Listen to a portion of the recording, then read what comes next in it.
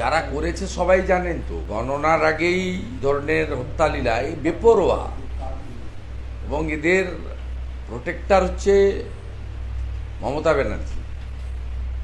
ঠিক 2021 সালে 2রা মে গণনা সমাপ্ত হওয়ার আগেই বিকালে রটিয়ে দিয়েছিল যে মমতা ব্যানার্জি জিতে গেছে। তারপরে আমার এলাকাতেও একই জিনিস সৃষ্টি করেছিল। এটা বেপরোয়া গোষ্ঠী, এবং এদের সব কিছুতেই ছাড় আছে, কারণ এরা তৃণমূল কংগ্রেসের একটা সলিড ভোট ব্যাংক, এবং এই কারণে পুলিশও প্রোটেকশন দেয়। আর সর্বোপরি বড় ছাতা তো আছে, আমব্রেল্লা, মুখ্যমন্ত্রী আছে। কোনো খারাপ জিনিসের দায়ভার তো উনি নেন না, কখনো নেন না, সবাই আপনারা জানেন। আর পশ্চিমবঙ্গে কমপ্লিটলি মুসলিমরা তারা কনসলিডেট ওয়েতে ভোট দিচ্ছেন। হিন্দুদের কনসলিডেশন শুরু হয়েছে, গ্র্যাজুয়ালি ইমপ্রুভিং, কিন্তু জিততে গেলে বা তৃণমূলকে হারাতে গেলে যে কনসলিডেশন দরকার সে জায়গায় এখনো যায়নি। 2024 সালে লাস্ট লোকসভা নির্বাচন যদি দেখেন, তাহলে হিন্দু কনসলিডেশন 54% হয়েছিল। আর আজকের উপনির্বাচন যদি দেখেন, এখানে ওরা 1 লাখ ভোটে জিতত। ইলেকশন কমিশন অনেকগুলো মেজার নেওয়ার জন্য এটা আটকে গেছে 50-এর নিচে। ওর বাবা জিতেছিল 47-এ, ও জিতেছে 49-এ। তা আমি আপনাকে বলি, আসতে দেন। এখানে দলের থেকেও মুসলিমরা মুসলিম ক্যান্ডিডেটদেরকে ভোট দিচ্ছে বেশি করে। সাগরদিঘিতে তৃণমূল হেরে গেছিল শুধু হিন্দু প্রার্থী দিয়েছিল বলে, মমতা ব্যানার্জির আত্মীয় দেবাশিস ব্যানার্জিকে দাঁড় করিয়েছিল বলে বাইরন বিশ্বাসকে ভোট দিয়েছিল। ঠিক একই কারণে বহরমপুরের ভোটারদের একটা বড় অংশের প্রিয়জন অধীর চৌধুরীকে তারা ভোট দেয়নি, যিনি বাংলা বলতে পারেন না, যার ক্রীড়াক্ষেত্রে পরিচিতির বাইরে কোনো পরিচিতি ছিল না, তাকে ইউসুফ পাঠানকে ভোট দিয়েছে মুসলিমরা, যেহেতু তিনি মুসলমান।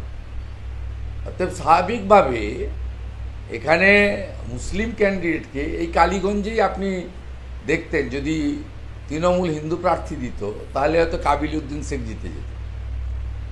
এই যে কমপ্লিট ধর্মীয় ভাবে ভোট দেওয়া, এটা হিন্দুদের থেকেও মুসলমানদের মধ্যে পশ্চিমবাংলায় বেশি করে হচ্ছে।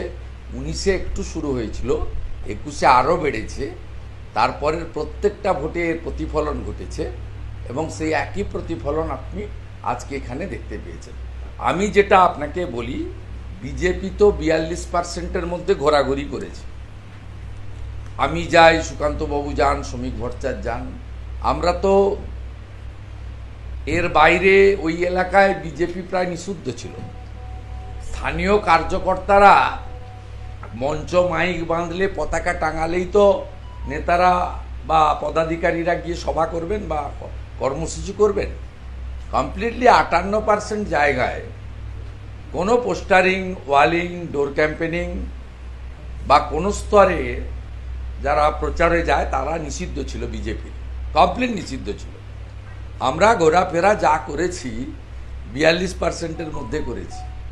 এবং আমি আপনাকে একটা উদাহরণ দিচ্ছি, আমি তো আগে থেকেও বলেছি যে এই হিন্দু কনসলিডেশনটা খুব মানে এর যে এটাকে তো সামগ্রিক বলা যাবে না, সবসময় আমাদের মতো করে বলবো সেটা তো নয়, কিন্তু যে সিগন্যালটা কালীগঞ্জে উঠে এসেছে, it's a very good signal. এইটা যদি 26-এ পশ্চিমবাংলার বিশেষ করে 220 সিটে, যেখানে আপনার হিন্দুরা চাইলে এই ধরনের জোট বেঁধে তাদের মনোনীত প্রার্থীকে জিতিয়ে দিতে পারেন, মুসলিমরা ফ্যাক্টর হবে না। 220 অ্যাবাভ মুসলিম ভোট আছে 102টা সিটে, 30% অ্যান্ড অ্যাবাভ। তার মধ্যে বেশ কটা বিজেপিও জিতেছে, 30%-এর উপরেও বেশ কিছু সিট আছে যেখানে লাস্ট 21-এ বিজেপিও জিতেছে, সংখ্যাটা কম হলেও। কিন্তু যেখানে আপনি কিছু করতে পারবেন না সেটা হচ্ছে 74, বাকি 220 সিটে আপনার কিন্তু এই যে সিগন্যালটা আজকে হিন্দুরা দিয়েছেন, ওরা ভোট দিতে কম গেছেন, তার মধ্যে 3টে কারণ আছে। আমরা সেটা আগেই জানতাম।